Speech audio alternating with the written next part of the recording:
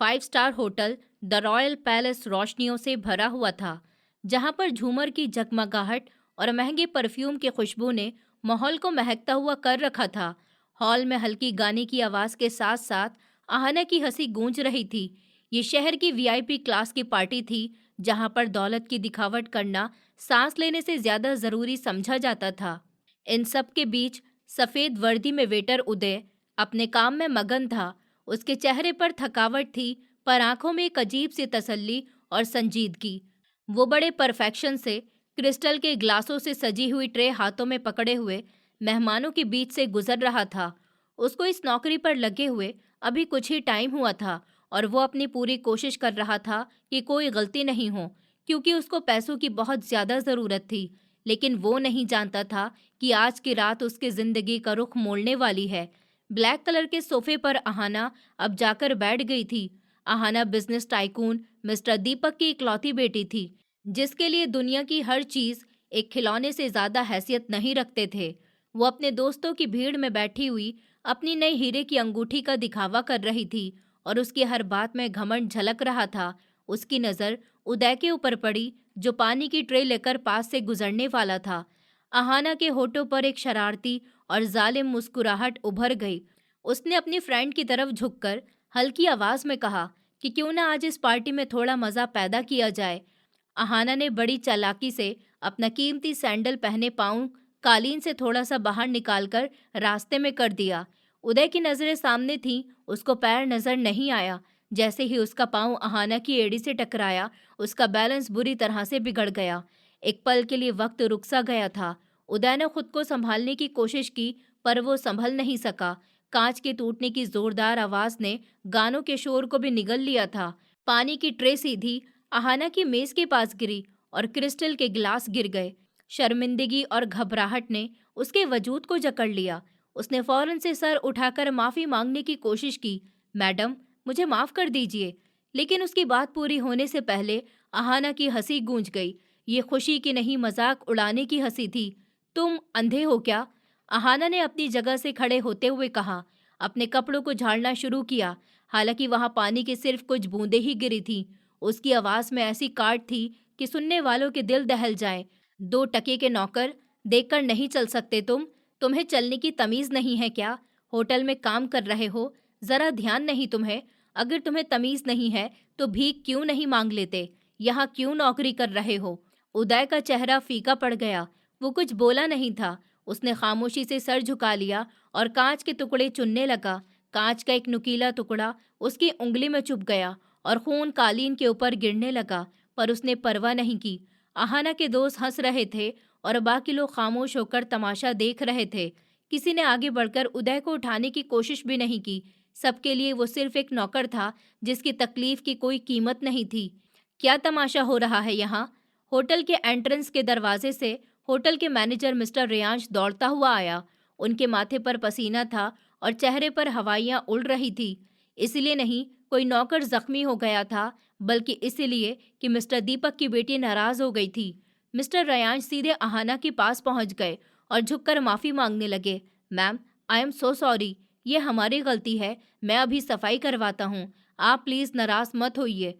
आहाना ने नफरत से उदय की तरफ देखा, जो अभी जमीन पर बैठा हुआ खून से लथपथ हाथों से कांच समेट रहा था। रयान साहब, आपके होटल का लेवल इतना नीचे गिर गया।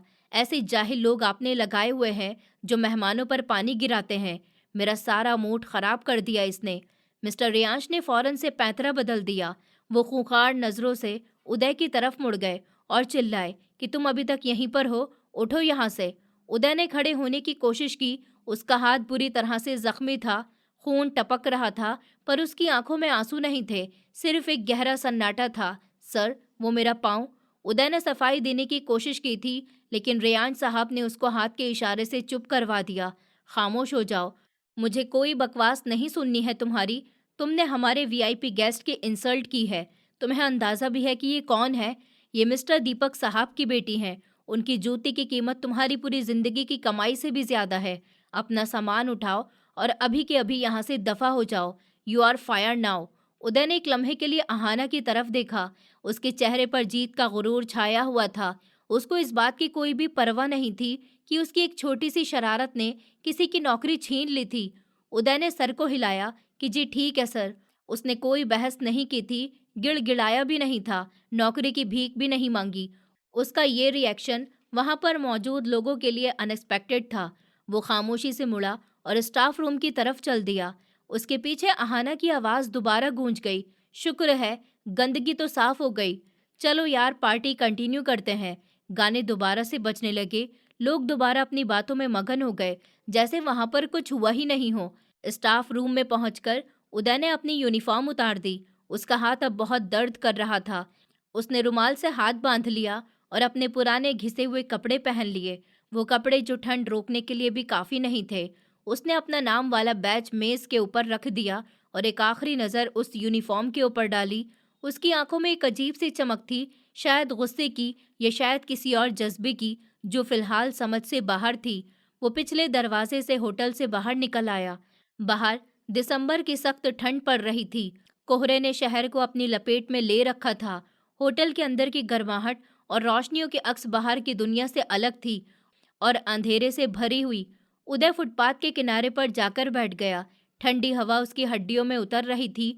उसने अपने बाजू सीने पर लपेट लिए। उसके सामने वही आलीशान सा होटल खड़ा हुआ था, जिसकी खिड़कियों से सुनहरी रोशनी छन छन कर बाहर आ रही थी। अंदर लोग गर्म खाने और महंगी शराब के मजे ले रहे थे और बाहर वो इस नौकरी को खो चुका था जो उसका एक ही सहारा नजर आती थी। सड़क पर गाड़ियां तेजी से गुजर रही थी। किसी को फुटपाथ पर बैठे हुए इस लड़के की परवाह ही नहीं थी। अहाना का बैकग्राउंड भी कुछ ऐसा ही था कि वो कभी इस तकलीफ को समझ ही नहीं सकती। मिस्टर दीपक ने दौलत के अंबार तो लगा दिए थे, पर अपनी बेटी को इंसानियत नहीं सिखा पाए। अहाना के लिए लोग इंसान नहीं बल्कि उसकी सहूलियत के औजार थे। उसको बचपन से ही यही सिखाया गया था कि दुनिया में सिर्फ दो तरह के लोग होते हैं, शिकारी और शिकार, और उनकी फैमिली हमेशा शिकारी रहती थी। अंदर हॉल में अहाना अपने बाप के नाम और पैसे के नशे में चूर थी। वो अपनी फ्रेंड्स को बता रही थी कि तुमने देखा वो कैसे चुपचाप चला गया। इन लोगों की यही औकात होती है, जरा सी आंख दिखाओ तो भीगी बिल्ली बन जाते हैं। डैडी कहते हैं कि दुनिया पर राज करना है तो रहम करना छोड़ दो। उसके फ्रेंड्स उसकी हाँ में हाँ मिला रही थी। दूसरी तरफ उदय फुटपाथ पर बैठा हुआ अपने जख्मी हाथ को देख रहा था। खून निकलना तो बंद हो गया था, पर दर्द की टीस उठ रही थी। एक पल के लिए उसको लगा कि वो टूट जाएगा। ठंड, भूख और बेइज्जती का एहसास इंसान को तोड़ने के लिए काफी होता है। एक कुत्ता कहीं दूर भौंक रहा था और सड़क किनारे सूखे पत्ते हवाओं से उड़ रहे थे। कोई भी आम इंसान इस वक्त अपनी किस्मत को कोसता रोता या फिर अहाना को बद्दुआएं देता, लेकिन उदय उदय बिल्कुल खामोश था। उसकी नजरें होटल के सबसे ऊपर वाले फ्लोर पर जमी हुई थी, जहां पर मैनेजर का ऑफिस था।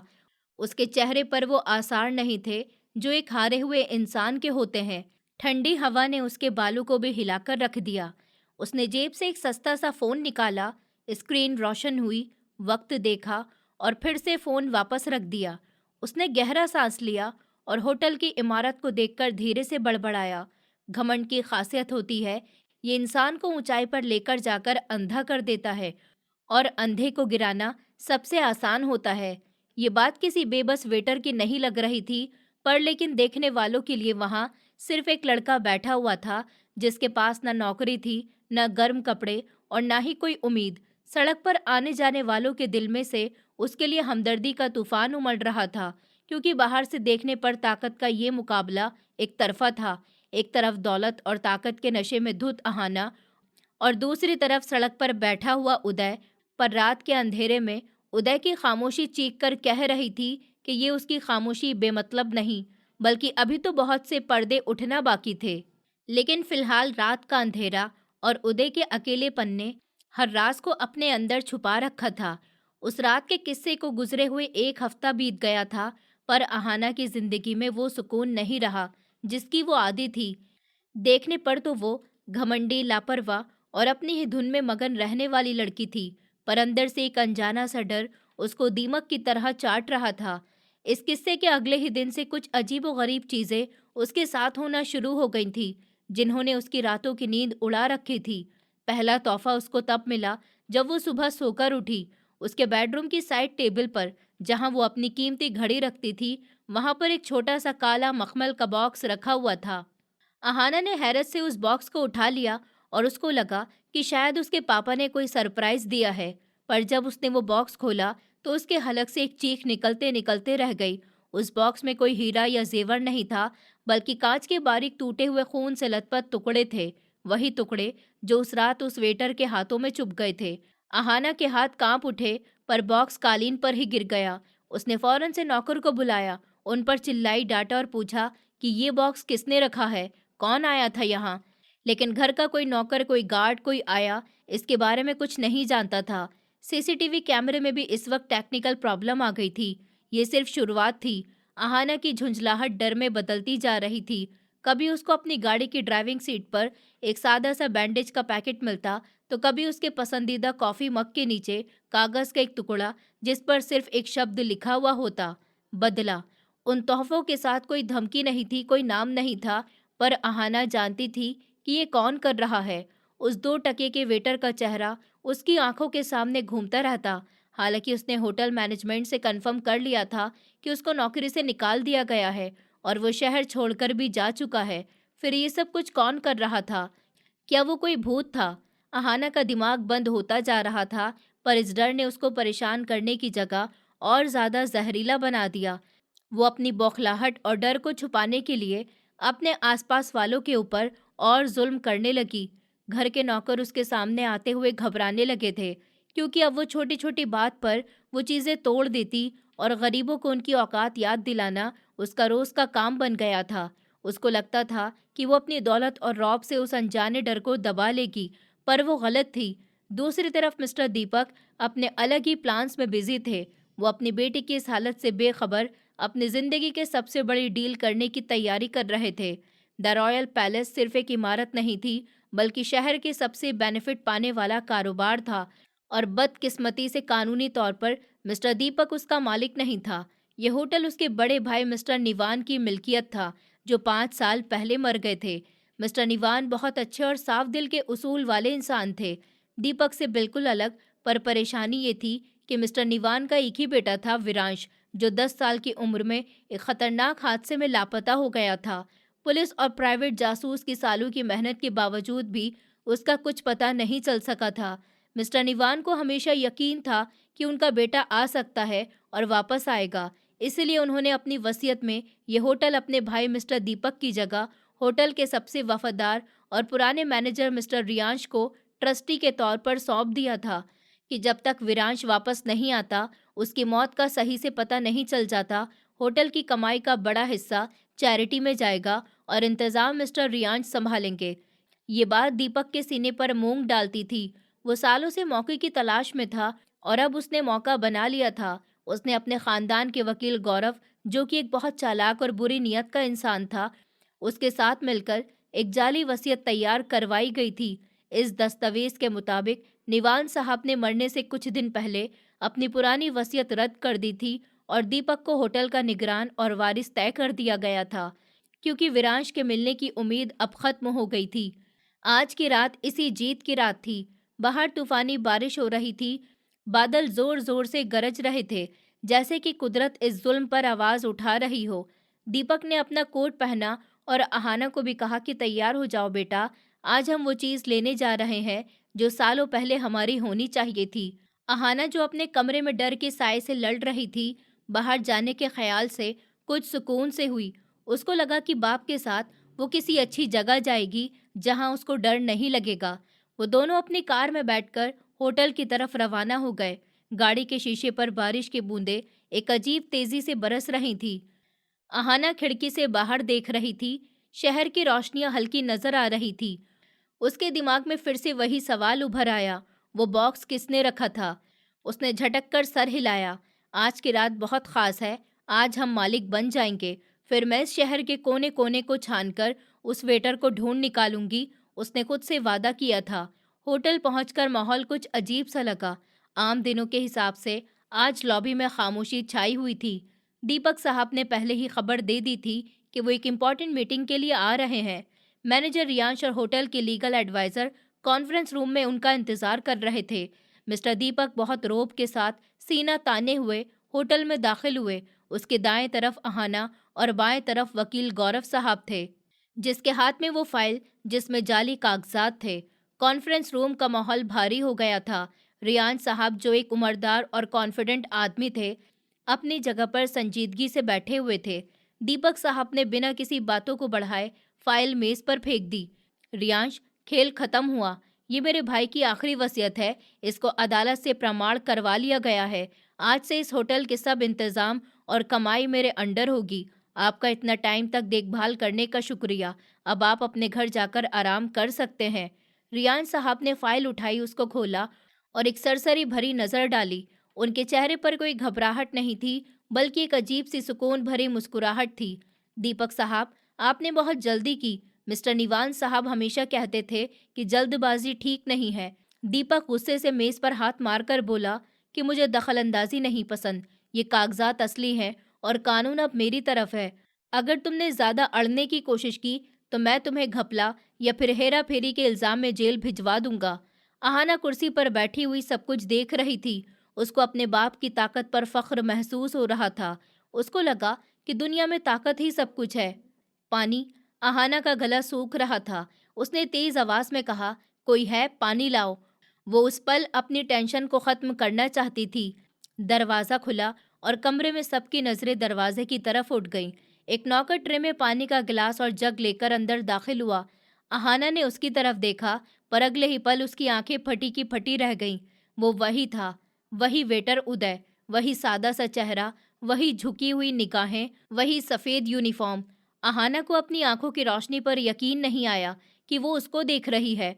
उसको तो निकाल दिया गया था, वो यहाँ पर क्या कर रहा है, और वो भी इस इतनी इम्पोर्टेंट मीटिंग में।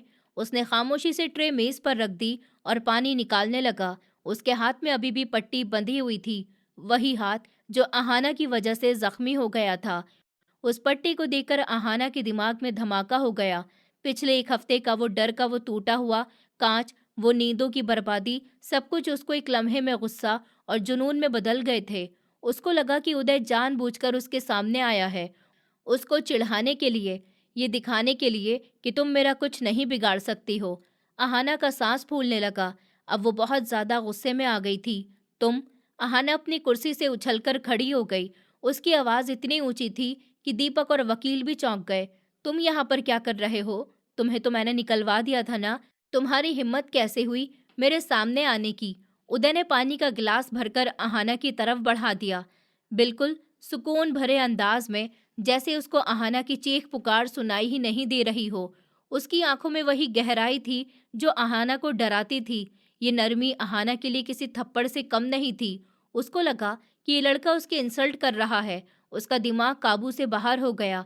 वो बहुत ही ज्यादा परेशान हो गई। उसको सिर्फ वो दुश्मन नजर आ रहा था जिसने उसका सुकून बर्बाद किया हुआ था। उसने उदय के हाथ से पानी का भरा हुआ ग्लास झपट लिया। सबको लगा कि वो पानी पी लेगी, पर अगले ही लम्हे पूरी ताकत से वो पानी उदय के चेहरे के ऊपर मार गई। पानी उसके चेहरे पर, यूनिफॉर्म और मेज पर पड़े हुए कागज पर बिखर गया। ग्लास उसके हाथ से छूटकर जमीन पर गिर गया। कमरे में सन्नाटा छा गया। दीपक भी हक्का बक्का सा रह गया। आहाना हाँफ रही थी। उसका चेहरा गुस्से से लाल हो रहा था कि तुम्हारी हिम्मत कैसी हुई मुझे पानी पिलाने की? 2 टके के नौकर, तुम समझते क्या हो अपने आप को? निकल जाओ यहाँ से, दफा हो जाओ मेरी नजरों के सामने से। उसकी आवाज कमरे में गूंज रही थी। उदय ने एक शब्द भी नहीं कहा। उसने अपने भीगे हुए चेहरे से पानी साफ किया, एक नज़र सुकून भरे अंदाज में आहाना को देखा, जैसे किसी दिमाग के मरीज को देखा जाता है, और फिर वो खामोशी से सर झुकाकर कमरे से बाहर निकल गया। दरवाज़ा बंद होते ही आहाना मैनेजर रियांश की तरफ मुड़ गई। रियांश साहब, ये क्या बदतमीजी है? मैंने तो इसको निकलवाया था ना, तो ये दोबारा से होटल में कैसे घुस आया? किसकी इजाज़त से आपने इसको दोबारा रखा? आहाना का लहजा हुक्म देने वाला था। रियान साहब ने नज़र झुका ली और बोले कि मैम, ये लड़का बहुत गरीब है, इसलिए इसने मिन्नतें की थी कि घर में फाके हो रहे हैं, इसलिए मैंने उसको रहम खाकर सिर्फ आज रात के लिए ही एक्स्ट्रा वेटर के तौर पर बुला लिया था। रहम? आहाना हंसने लगी। आपका ये रहम मेरी जूते की नोक पर है। मुझे ये लड़का इस शहर में भी नज़र नहीं आना चाहिए, वरना। बस आहाना, बस करो। मिस्टर दीपक ने आहाना के कंधे पर हाथ रखकर उसको रोक लिया। बेटा, अपने गुस्से पर काबू रखो। आज हमारा मकसद बहुत बड़ा है। एक मामूली से वेटर के लिए अपना मूड खराब मत करो। हम यहाँ पर करोड़ों की जायदाद अपने नाम करवाने के लिए आए हैं। इन छोटी मोटी रुकावटों को नज़रअंदाज करो। मीटिंग पर फोकस करो। दीपक ने आहाना को कुर्सी पर बैठा दिया और खुद को सुकून से करते हुए वो दोबारा से मिस्टर रियांश की तरफ ध्यान देने लगे। तो रियान साहब, साइन कीजिए और चार्ज हमारे हवाले कीजिए। आहाना ने गहरा सांस लिया और खुद को संभालने की पूरी कोशिश की। उदय के जाने के बाद उसको कुछ सुकून मिला था। वो पानी की बोतल उठाकर पीने ही लगी थी कि अचानक से कॉन्फ्रेंस रूम का भारी दरवाज़ा एक बार फिर से खुला। सबकी नज़र दरवाजे की तरफ जम गई और फिर जो आदमी अंदर दाखिल हुआ उसको देखकर सब हैरान रह गए। वो कोई वेटर नहीं था, वो बहुत कीमती सूट पहने हुए एक हैंडसम सा आदमी था। उसके हाथ में एक चमड़े की फाइल थी और कलाई में करोड़ों की घड़ी चमक रही थी। उसकी चाल में बादशाहों जैसा कॉन्फिडेंस था और चेहरे पर ऐसी संजीदगी जो सिर्फ मालिकों के चेहरे पर होती है। वो सीधा चलता हुआ हेड चेयर की तरफ आया। मिस्टर दीपक और आहाना उसको सवाल भरी नज़रों से देख रहे थे कि ये कौन है और यहाँ पर इजाज़त के बिना कैसे घुस आया। पर वो अजनबी आदमी कुछ नहीं बोला। उसने खामोशी से अपनी फाइल मेज़ पर पटक दी और दोनों हाथ मेज़ के ऊपर टिकाकर अपनी गहरी आंखों से मिस्टर दीपक को घूरा। कमरे का माहौल एक नया खतरनाक मोड़ ला चुका था। कॉन्फ्रेंस रूम में दाखिल होने वाले इस अजनबी आदमी ने जिस अंदाज में फाइल मेज के ऊपर पटकी थी, उसने वहां पर मौजूद हर आदमी को कांपने पर मजबूर कर दिया था। मिस्टर दीपक, जो अभी कुछ लम्हे पहले तक खुद को होटल का मालिक समझ रहे थे, उस अजनबी के दखल अंदाजी पर परेशान हुए। उसने अपनी कुर्सी से उठते हुए गुस्से से पूछा कि कौन हो तुम और मेरी प्राइवेट मीटिंग में बिना इजाज़त के घुसने की हिम्मत कैसे हुई? सिक्योरिटी कहाँ पर है? वो अजनबी आदमी, जिसके चेहरे पर बिना वजह का कॉन्फिडेंस और आंखों में कानून की सख्ती थी, बिल्कुल नहीं घबराया। उसने बड़ी तसल्ली से अपने कोट के बटन को बंद किया और एक जहरीली मुस्कुराहट के साथ दीपक को देखा। दीपक साहब, सिक्योरिटी को बुलाने की कोशिश मत करिएगा, क्योंकि अब इस कमरे से बाहर कोई भी नहीं जाएगा और अंदर सिर्फ वही रहेगा जिसको कानून इजाज़त देगा। मेरा नाम रवि है और मैं स्वर्गीय मिस्टर निवान मालिक साहब के कानूनी वारिस का पर्सनल लॉयर हूँ। ये बात सुनते ही मिस्टर दीपक के चेहरे का रंग उड़ गया, जैसे किसी ने उनके जिस्म से खून निचोड़ दिया हो। वारिस? दीपक हकलाने लगा। कौन सा वारिस? निवान का बेटा तो मर चुका है। ये होटल अब मेरा है। मेरे पास कागज भी हैं। रवि ने मेज पर दीपक की लाई हुई फाइल को नफरत से उंगली के पोरवे से दूर धकेल दिया और अपनी फाइल को खोला। ये कागज जो आप लहरा रहे हैं दीपक साहब, ये सिर्फ रद्दी के टुकड़े हैं। आपने बहुत ही होशियारी से एक जाली वसीयत बनाई है, इसलिए ये सोचकर कि विरांश कभी वापस नहीं आएगा। पर कानून जज्बात पर नहीं, सबूत पर चलता है। निवान साहब की असली वसीयत के मुताबिक अगर उनका बेटा विरांश 30 साल की उम्र तक वापस आ जाता है तो होटल और सब जायदाद उसके नाम हो जाएगी और आपकी ये जाली वसीयत तो खुद कैंसिल मान ली जाएगी। दीपक हंसने लगा, एक खोखली हंसी के साथ। तुम पागल हो गए हो क्या वकील? अरे विरांश मर चुका है, उसको 10 साल हो गए, उसकी हड्डियां भी नहीं मिली। अब तुम किसकी बात कर रहे हो? कोई नहीं आ रहा। ये सब ड्रामा बंद करो। अहाना, जो अब तक खामोश होकर तमाशा देख रही थी, अब दखल अंदाजी करने पर मजबूर हो गई। उसको लगा कि यह वकील शायद पैसे बटोरने के लिए कोई ड्रामा कर रहा है। देखिए मिस्टर रवि, मेरे डैड ठीक कह रहे हैं। आप हमारा वक्त बर्बाद कर रहे हैं। अगर कोई वारिस है तो कहाँ है? हवा में तो नहीं है ना? सामने लाइए उसको। रवि ने आहाना की तरफ देखा। उनकी आंखों में एक अजीब सी चमक थी। आप ठीक कह रही हैं मिस आहाना, वारिस को सामने आना चाहिए और इत्तेफाक से वो यहीं पर है, इसी होटल में, बल्कि इसी दरवाजे के पीछे। कमरे में एक बार फिर से सन्नाटा छा गया। दीपक के माथे पर पसीने के कतरे आने लगे। उसका दिल जोर जोर से धड़क रहा था। क्या सच में? पर यह नहीं हो सकता। उसने तो सब इंतजाम पक्का किया हुआ था। अहाना की नजरें दरवाजे के ऊपर जम गईं। रवि ने घड़ी की तरफ देखा और सर हिलाया। आ जाइए सर। ये इशारा काफी था। कॉन्फ्रेंस रूम का वो भारी भरकम दरवाजा जो कुछ देर पहले बंद हुआ था, एक बार फिर से धीरे से खुला। सबकी सांसें रुक गईं। सबसे पहले मैनेजर रियान साहब आगे बढ़े। उन्होंने इज्जत से झुककर दरवाजे को पूरा खोल दिया। उनके चेहरे पर ऐसी खुशी और फख्र था जैसे कि कोई बाप अपने बेटे की कामयाबी पर मुस्कुराता है। रियान साहब ने एक तरफ हटकर फिर रास्ता बनाया और तेज आवाज में कहा कि वेलकम विरान सर, और फिर वो आदमी अंदर दाखिल हुआ। अहाना की आंखें हैरत से फैल गईं। उसका मुंह खुला का खुला रह गया। ये वही चेहरा, वही कद, वही आंखें, लेकिन ये वो नहीं था। ये तो वो वेटर उदय नहीं था जिस पर उसने पानी फेंका था। ये शायद वही था। आहाना का दिमाग चकराने लगा। वो आदमी जो अंदर आया, उसने एक कीमती ब्लैक सूट पहन रखा था। उसके बाल बहुत अच्छे से बने हुए थे और कमरे का माहौल भारी हो गया। यह उदय ही था, पर अब वो वेटर नहीं, मालिक लग रहा था। उसकी चाल में वो बेचारगी नहीं थी जो पानी पिलाते वक्त थी, बल्कि एक मालिक का कॉन्फिडेंस था। दीपक ने अपनी आंखों को रगड़ लिया। उसको लगा कि वो निवान को दोबारा से जिंदा देख रहा है। सच में बिल्कुल वही शक्ल, वही अंदाज। विरांश, तुम? दीपक के हलक से मुश्किल से आवाज निकली। विरांश यानी के उदय चलता हुआ सीधा हेड चेयर के पास आया, जहां पर पहले दीपक बैठने के सपने देख रहा था। उसने कुर्सी पर हाथ रखा, फिर दीपक और आहाना की तरफ देखा। उसके होठों पर एक मुस्कुराहट उभर गई। नमस्ते चाचा जी। उम्मीद है कि आपने मुझे पहचान लिया होगा। हालांकि आपकी बेटी ने तो मुझे पहचानने में बहुत बड़ी गलती कर दी थी। आहाना खामोशी से बैठी की बैठी रह गई। उसको वो लम्हा याद आया जब उसने उसको 2 टके के नौकर कहा था। शर्मिंदगी और डर की वजह से उसका तो बुरा हाल हो रहा था। विरांश ने दीपक की आंखों में आंखें डाल ली। क्या हुआ चाचा जी? आप खुश नहीं हुए अपने भतीजे को जिंदा देखकर? आप तो शायद मेरा अंतिम संस्कार करवा चुके थे, पर कहते हैं ना कि एक बेकसूर अनाथ का हक इंसान को मार देता है। आप तो मुझे मिटा चुके थे, पर ऊपर वाले ने मुझे बचा लिया। दीपक ने खुद को संभालने की बहुत कोशिश की। देखो विरांश बेटा, मुझे बहुत खुशी है कि तुम जिंदा हो। ये सब गलतफहमी है। मैं तो बस होटल की देखभाल के लिए कह रहा था। तुम्हारे लिए ये कागज तो बस मैं। विरांश ने हाथ उठाकर उनको खामोश करवा दिया। उसकी आवाज गरजदार थी। बस करिए, और झूठ नहीं, बहुत ड्रामा हो गया। मैं पिछले कुछ महीने से इस होटल में वेटर बनकर काम कर रहा था। मैंने अपनी आंखों से देखा है कि आप कैसे हल कर रहे थे। आपने इस होटल को अय्याशी का अड्डा बना दिया, और देखभाल करना आप तो इसको बेचने की आस में थे।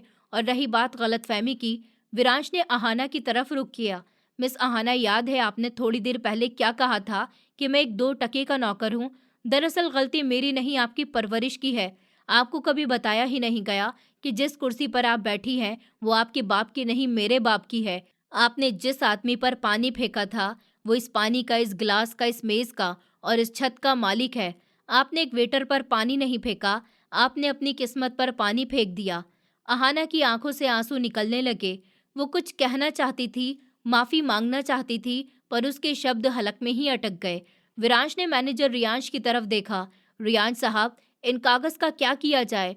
उन्होंने नफरत से दीपक की जाली वसीयत उठाई और उसको पकड़कर कूड़ेदान में फेंक दिया। ये कचरा है सर, इसकी जगह वहीं पर है। विरांश दोबारा से दीपक की तरफ देखने लगा। उसका लहजा बहुत ज्यादा खतरनाक हो गया था। चाचा जी, आज फिर आपका दिन है। आप यहाँ पर मेरे बाप का होटल हड़पने आए थे। ये तो उनकी आखिरी निशानी थी, पर आप भूल गए कि उनका बेटा अभी जिंदा है। मैं यहाँ पर सिर्फ होटल का कब्जा लेने नहीं आया, मैं यहाँ पर इस सवाल का जवाब लेने आया हूँ कि 10 साल पहले वो हादसा कैसे हुआ था। मेरी गाड़ी के किसने ब्रेक फेल करवाए थे? मुझे किडनैप करवाकर यहाँ से बाहर भेजने की साजिश किसने की थी? दीपक का चेहरा लाल पड़ गया। वो हकलाने लगा। तुम क्या बकवास कर रहे हो? ये मेरा, इससे मेरा कोई भी लेना देना नहीं है। रवि ने एक फाइल और खोली। ये पुलिस रिपोर्ट है, और ये इस किराए के कातिल का कन्फेक्शन है जिसको आपने 10 साल पहले हायर किया था। उसने सब कुछ उगल दिया। दीपक साहब, आपने अपने भाई को हार्ट अटैक की दवाइयां बदल कर दी और भतीजे को मरवाने की कोशिश की। आपके सब जुर्म के सबूत इस फाइल में मौजूद है। तभी भागने की कोशिश की। उसने दरवाजे की तरफ कदम बढ़ाया, पर तभी बाहर से पुलिस के सायरन की आवाज गूंज गई थी। पुलिस की गाड़ी के नीले और लाल बत्ती कॉन्फ्रेंस रूम की खिड़कियों से झलक रही थी। दीपक वहीं पर जम गया। विरांश मुस्कुराया, पर यह मुस्कुराहट कड़वी थी। चाचा जी, आपको और आपकी इस घमंडी बेटी को अब 5 स्टार होटल की नहीं, बल्कि जेल की हवा खाने की जरूरत है। आपने दौलत की हवस में अपने खून को भी पहचानने से मना कर दिया। अब कानून आपको बताएगा कि असली औकात क्या होती है। दरवाजा धड़ाम जैसी आवाज से खुला और पुलिस इंस्पेक्टर अपने सिपाहियों के साथ अंदर दाखिल हुए। Mister Deepak, you are under arrest. Inspector ने आगे बढ़कर दीपक के हाथों में हथकड़ियां डाल दी। हथकड़ी लगने की आवाज कमरे में गूंज गई। ये आवाज आहाना के लिए किसी बम के धमाके से कम नहीं थी। उसका बाप, उसका गुरूर, उसका घमंड आज एक मुजरिम की तरह जकड़ा हुआ था। आहाना चीखने लगी, नहीं, मेरे डैडी को छोड़ दीजिए। तुम उनको नहीं ले जा सकते। वो विरांश की तरफ गई कि हमें माफ़ कर दे, हम चले जाएंगे यहाँ से, सब कुछ आपका है, प्लीज़ पुलिस को मना कर दीजिए। विरांश ने आहाना को हाथ के इशारे से दूर कर दिया। उसकी आंखों में अब सिर्फ इंसाफ था। आहाना, जब मैं कांच चुन रहा था तब तुम्हें रहम नहीं आया, जब तुमने मुझ पर पानी फेंका था तब तुम्हें रिश्ता याद नहीं आया। अब बहुत देर हो गई है, ये कर्मा है, अब उसको भुगतना तो पड़ेगा। पुलिस दीपक को घसीटते हुए बाहर ले गई। आहाना रोती हुई बिलखती हुई उनके पीछे भागी। कॉन्फ्रेंस रूम में अब सिर्फ विरांश, रवि और रियांश साहब रह गए थे। रियांश ने एक लंबी सांस ली, जैसे सालों का बोझ उनके सीने से उतर गया हो। उसने रियांश साहब को देखा, आंखों में खुशी के आंसू थे। विरांश आगे बढ़ गया और उनको गले से लगा लिया। शुक्रिया, अगर आप नहीं होते तो मैं कभी भी वापस नहीं आ सकता। रियांश साहब ने उसकी पीठ थपथपाई। हक सिर्फ हकदार तक पहुंचना चाहिए बेटा, और वो पहुंच गया। निवान साहब की आत्मा आज बहुत ज्यादा खुश होगी। वो खिड़की के पास गया और बाहर देखा। पुलिस की गाड़ी दीपक और आहाना को लेकर जा रही थी। बारिश रुक गई थी और बादल छट गए थे। उसने सोचा कि दौलत इंसान को कितना ज्यादा अंधा कर देती है, पर अंजाम वही होता है जो कुदरत तय करती है। उसने मुड़कर अपनी हेड चेयर को देखा। ये सिर्फ कुर्सी नहीं, ये जिम्मेदारी का ताज था जो अब उसको पहनना था। उसने कहा, होटल के स्टाफ जमा करिए, मुझे सबसे कुछ बात करनी है। और हाँ, ऐलान कर दीजिए कि आज के बाद इस होटल में किसी नौकर की इंसल्ट बर्दाश्त नहीं की जाएगी। जो इज्जत देगा वही इज्जत पाएगा। कुछ महीने बाद द रॉयल पैलेस का नक्शा ही बदल गया था। अब यहाँ पर डर की जगह रिस्पेक्ट ने ले ली। सारा कंट्रोल अपने हाथ में ले लिया था। विरांश निवान ने होटल का कंट्रोल संभालते ही सबसे पहले इन सब पॉलिसी को खत्म किया जो गरीब नौकर की परेशानी का कारण बनती थी। उसने पुराने स्टाफ की सैलरी दुगनी कर दी। आज वो अपने ऑफिस में खड़ा हुआ शीशे की दीवार से नीचे शहर का नज़ारा देख रहा था। मैनेजर रियान सब उसके पीछे खड़े हुए मुस्कुराते अपने नौजवान मालिक को देख रहे थे। विरान साहब ने पहले वेटर बनकर आने को क्यों सोचा था? वो संजीदगी से बोला, अगर मैं सीधा मालिक बनकर आता तो मेरे सामने सब झुक जाते, सब झूठी तारीफ करते। मुझे कभी पता ही नहीं चलता कि मेरे होटल की बुनियाद में जुल्म की दीमक लग चुकी है। मैं जानना चाहता था कि दीपक चाचा और आहाना ने मेरे बाप के उसूल का क्या हाल किया होगा। इसलिए मैंने वो सफ़ेद यूनिफॉर्म पहनी। इस यूनिफॉर्म ने मुझे वो सच दिखाया जो महंगा सूट कभी भी नहीं दिखा पाता। मुझे आहाना का असली चेहरा देखना था, और अफसोस कि वो चेहरा बहुत ही भयानक निकला। दूसरी तरफ कानून का शिकंजा पूरी तरह से कसा जा चुका था। दीपक, जो कभी इस शहर के अमीर लोगों में आता था, अब सेंट्रल जेल की एक छोटी सी और अंधेरी भरी काल कोठरी में अपने किए की सजा भुगत रहा है। विरांश के ठोस सबूत पर, नौकर की गवाही और उस जाली वसीयत के फ्रॉड के जुर्म में दीपक को कहीं कभी नहीं छोड़ा। अदालत ने उसको धोखाधड़ी घपले के जुर्म में बहुत लंबी कैद की सजा सुनाई थी। इन सब के बैंक अकाउंट सीज कर दिए गए। वही दीपक, जो मिनरल वाटर के बिना पानी का घूंट नहीं भरता था, अब जेल के अंदर से पानी पीने पर मजबूर था और पथरीली जमीन पर सोते हुए अपनी किस्मत को रोता। उसके वो दोस्त और बिजनेस पार्टनर जो उसकी वो मिन्नत सिफारिश करते थे, झुकते थे, अब उसको पहचानने से भी इनकार करते। यहाँ तक कि उसके महंगे वकीलों ने भी फीस नहीं मिलने पर केस छोड़ दिया। लेकिन सबसे मिसाल देने वाला अंजाम आहाना का हुआ। दीपक की गिरफ्तारी और जायदाद जब्त होने के बाद आहाना से वो आलिशान बंगला छिन गया। उसकी महंगी गाड़ी, हीरे जेवरात और सब जो कुछ उसकी पहचान थी, सब कुछ खत्म हो गया। वो दोस्त जो उसके पैसों पर पलती थी, उसके मुश्किल वक्त आते ही गायब हो गईं। आहाना ने शहर के कई ऑफिस में नौकरी के लिए धक्के खाए, पर उसकी बदतमीजी और घमंड के पुराने किस्से हर जगह उसका रास्ता रोक देते थे। वही आहाना, जो कभी पानी का गिलास खुद उठाना भी बेइज्जती समझती थी, अब 2 वक्त की रोटी के लिए दर दर की ठोकरें खाने पर मजबूर थी। एक ठंडी शाम विरांश होटल से निकलकर अपनी गाड़ी की तरफ जा रहा था।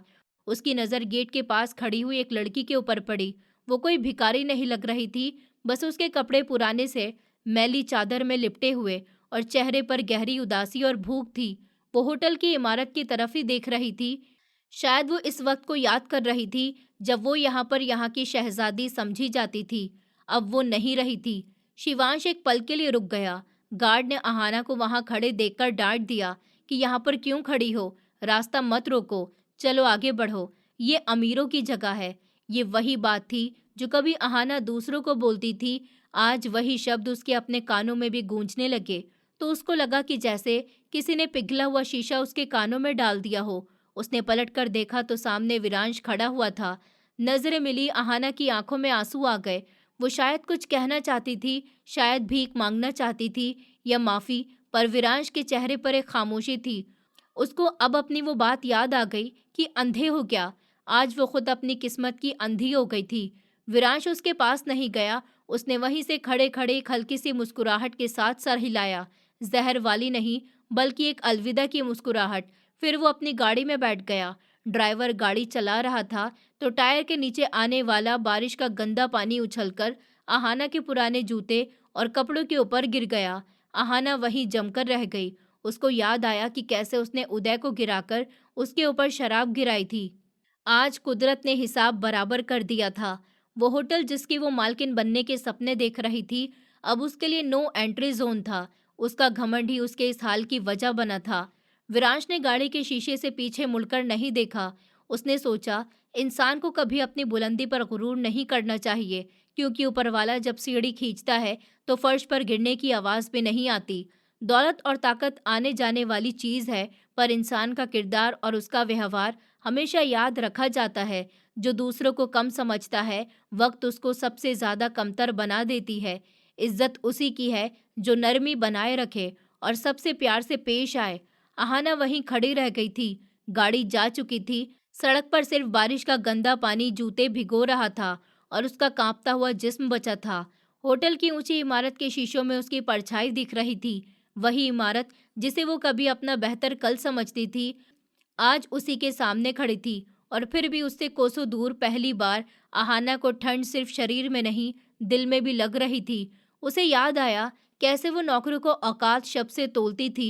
आज वही औकात उसके सामने खड़ी थी, बिना छत, बिना पहचान, बिना किसी के साथ। गार्ड की डांट अब भी उसके कानों में गूंज रही थी कि ये अमीरों की जगह है, हटो यहाँ से। वो हंसना चाहती थी, लेकिन गला भर आया। कभी यही लाइन वो दूसरों को कहती थी, बड़ी बेरहमी से, बिना सोचे कि शब्द भी किसी की रूह में छाले बना सकते हैं।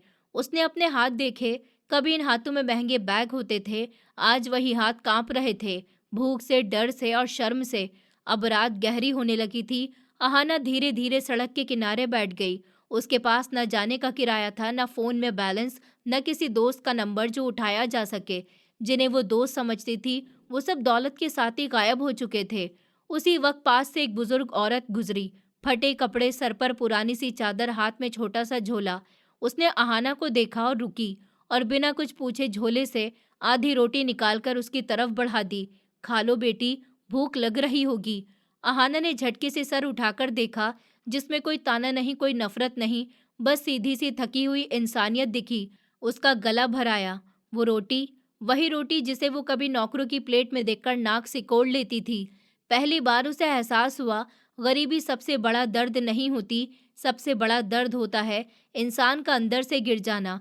उसने कांपते हाथों से रोटी ली और खाते वक्त उसकी आंखों से आंसू नहीं रुक पाए। वो बुरी तरह से रो रही थी, अपने इस हाल पर नहीं, बल्कि अपने किए पर। तभी उसे याद आया, कांच चुनता हुआ विरांश, उस पर फेंका गया पानी और उसके मुंह से निकले वो जहरीले शब्द कि तुम अंधे हो क्या। और आज वो खुद अंधी थी, पैसों के घमंड में, रिश्तों के अंधेपन में। उसकी रात उसी फुटपाथ पर कट गई। आसमान साफ था, तारे चमक रहे थे। आहाना पहली बार ऊपर देख रही थी, बिना किसी शिकायत के। फिर सुबह हुई तो शहर अपनी रफ्तार में लौट आया, लेकिन आहाना की दुनिया वैसी नहीं रही। वो उठी, अपने कपड़े ठीक किए और पहली बार किसी ऑफिस के बाहर गई कि काम चाहिए की लाइन में खड़ी हो गई। लोगों ने उसे देखा, फिर पहचाना और मुंह फेर लिया। कहीं उसको सीधा मना करा गया, तो कहीं पुरानी बदतमीजी के किस्से याद करके उसे धुतकार दिया गया। हर नहीं उसके घमंड पर एक थप्पड़ बनकर लग रहा था, लेकिन इस बार वो टूटी नहीं, क्योंकि अब टूटने को कुछ बचा ही नहीं था। दूसरी तरफ विरांश अपने ऑफिस में खड़ा था। शीशे के उस पार वही शहर था, वही होटल, वही चमक, लेकिन अब उसकी नजरें बदल चुकी थी। उसे जीत का कोई घमंड नहीं था, बस एक सुकून था कि उसके पापा की विरासत अब जुल्म नहीं, इंसाफ पर टिकी थी। उसे नहीं पता था कि नीचे उसी शहर में आहाना अपनी जिंदगी को नए सिरे से उठाने की कोशिश कर रही है, और शायद यही कुदरत का सबसे बड़ा इंसाफ था। अगले कुछ हफ्ते आहाना के लिए किसी सजा से कम नहीं थे। हर सुबह वो उसी सवाल के साथ उठती, पता नहीं आज रोटी मिलेगी या नहीं, कभी किसी ढाबे पर बर्तन धोने का काम मिला, तो कभी किसी कोठी में झाड़ू पोछे पर। ज्यादातर जगहों पर उसे पहचान लिया जाता। अरे, ये तो वही है ना जो अपने बाप के पैसों पर उड़ती थी। बहुत बदतमीज थी ये लड़की। हर बात उसके सीने में चुभ जाती। पहले तो वो जवाब दे देती, लड़ती झगड़ती और चिल्ला देती थी। पर अब बस वो चुप हो जाती, क्योंकि उसे समझ आ गया कि शोर मचाने का हक सिर्फ वही रखता है जिसने कभी किसी का दिल ना तोड़ा हो। एक दिन उसे एक छोटे से हॉस्टल में काम मिल गया। कुछ खास काम नहीं था, कमरे साफ करना, चादरें बदलना और मेहमानों की बात चुपचाप सुन लेना। पहली बार अहाना ने नौकर शब्द को जिया था और समझा कि थकान कैसी होती है जब बदन जवाब दे जाए और फिर भी मुस्कुराकर जी सर कहना पड़े। एक शाम जब वो फर्श पर बैठे बैठे पानी से कपड़ा निचोड़ रही थी, तो उसकी उंगलियों से खून निकल आया। उसने उंगली मुंह में रखी और अचानक हंस पड़ी। उसे याद आया कैसे कभी एक नौकर की कटी उंगली देखकर उसने नाक से कोड़ी थी। आज वही दर्द उसकी अपनी उंगली में था। उस रात वो बहुत देर तक रोई, बिना आवाज के, बिना किसी को दिखाए। और पहली बार उसने दिल से माफ़ी मांगी, किसी इंसान से नहीं बल्कि खुद से, कि काश मैं अच्छी इंसान बन पाती। लेकिन उसी शहर में उसी वक्त विरांश एक मीटिंग खत्म करके बाहर निकल रहा था। स्टाफ की आंखों में कोई डर नहीं, इज्जत देखकर उसको अपने किए गए फैसले सही लग रहे थे। एक नया लड़का जो कभी गार्ड था, आज सुपरवाइजर बन चुका था। विरांश ने उसकी पीठ थपथपाई कि मेहनत कभी बेकार नहीं जाती। ये शब्द कहते वक्त उसे अनजाने में अहाना याद आ गई, पर उसने उस याद को रोका नहीं।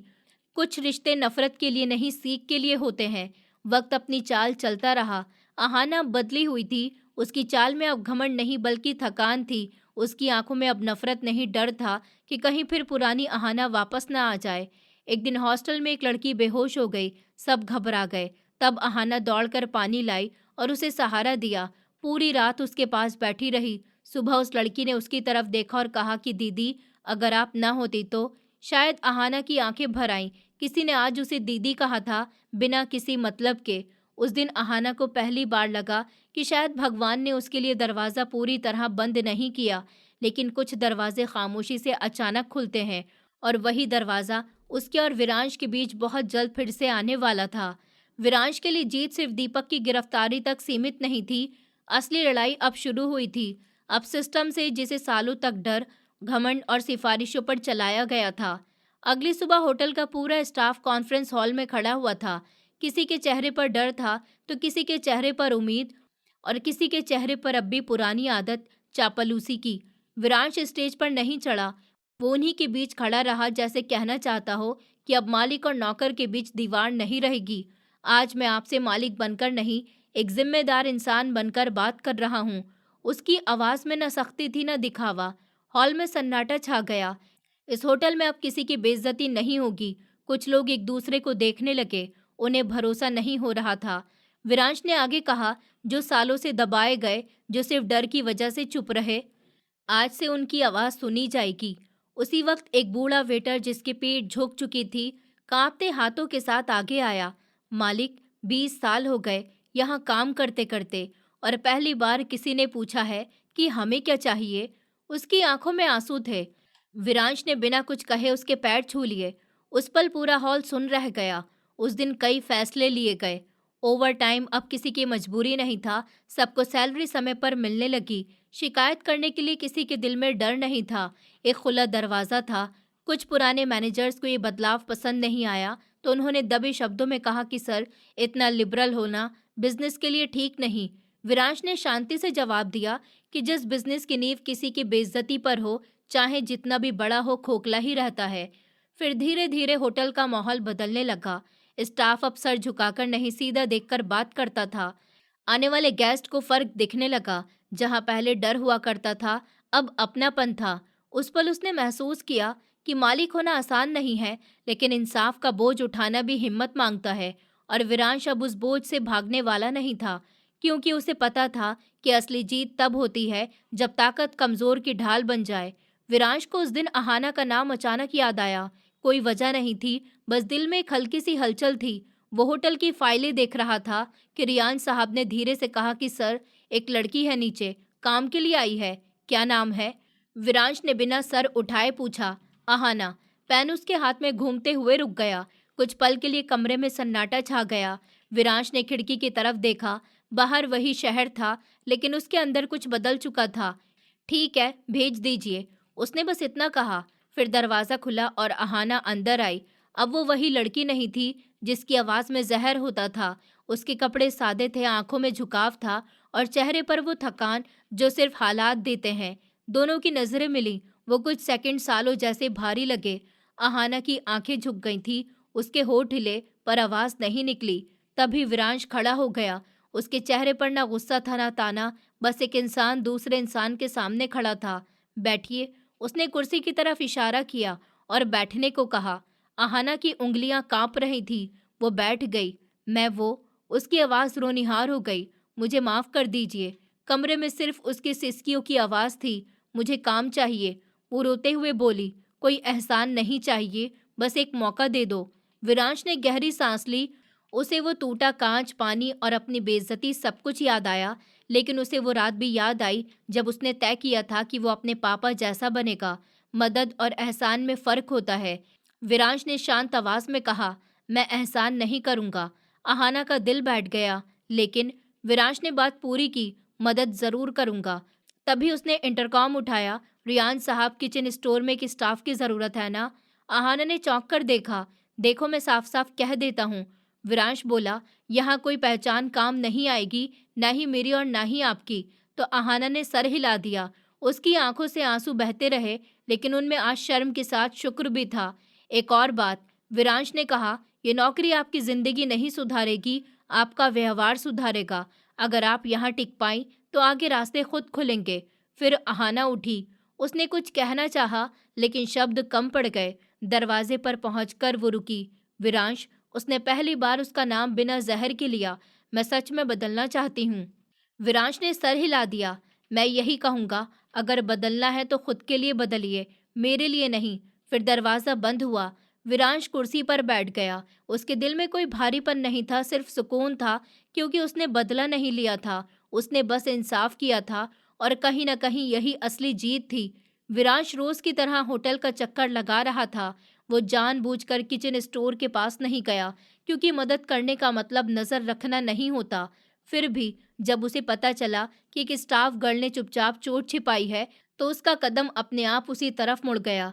दरवाजे के बाहर खड़ा होकर उसने देखा, अहाना झुकी हुई थी और फर्श साफ कर रही थी। उसके चेहरे पर दर्द था, पर आंखों में कोई शिकायत नहीं दिखी। विरांश वहीं रुक गया। वो अंदर नहीं गया, बस एक पल के लिए नजरें फेर ली। शाम को स्टाफ कैंटीन में अहाना चुपचाप बैठी थी, खाने की प्लेट लिए। उसके पास कोई नहीं बैठा। ऐसे ही दिन बीतते गए। अहाना की चुप्पी अब काम की आवाज़ बन चुकी थी। वो किसी से शिकायत नहीं करती, न किसी से कोई बहस करती। विरांश और अहाना आमने सामने नहीं आते थे। अनजाने में कभी कॉरिडोर में तो कभी सीढ़ियों पर बस उनकी नज़रें मिल जाती, लेकिन उन नज़रों में अब नफ़रत नहीं थी, शायद यही इंसानियत थी, खामोशी में पनपती हुई, धीरे धीरे घाव को भरती हुई। कुछ रिश्ते ज़िंदगी में आने के लिए नहीं, ज़िंदगी सिखाने के लिए होते हैं। विरांश ने आसमान की तरफ देखा। उसको इस पल लगा कि उसके पापा कहीं ऊपर से देख रहे होंगे और शायद मुस्कुरा रहे होंगे, क्योंकि उसने दौलत नहीं, इंसानियत को चुना था। और यही इस कहानी का सबसे खूबसूरत अंत था। ये कहानी सिखाती है कि दौलत, ताकत और रुतबा कभी किसी इंसान की असली पहचान नहीं होते। असली पहचान उसके व्यवहार, उसकी नरमी और उस इंसान के होने में छिपी होती है। जो लोग अपने घमंड में दूसरों को छोटा समझते हैं, वक्त उन्हें वही एहसास लौटा देता है। इंसाफ बदले से बड़ा होता है और मदद एहसान से अलग। जब ताकत कमज़ोर की ढाल बन जाए, तब समाज बदलता है। रिश्ते अधिकार से नहीं, बराबरी से चलते हैं। अंत में वही जीतता है जो इंसानियत को जिंदा रखता है। दोस्तों, उम्मीद करती हूँ आपको हमारी कहानी पसंद आई होगी। कहानी पसंद आई है तो वीडियो को लाइक करें, चैनल पर नए हैं तो चैनल को सब्सक्राइब करें और हाँ, नोटिफिकेशन बेल को ज़रूर दबाएं ताकि अगली अपडेट सबसे पहले आपको मिले।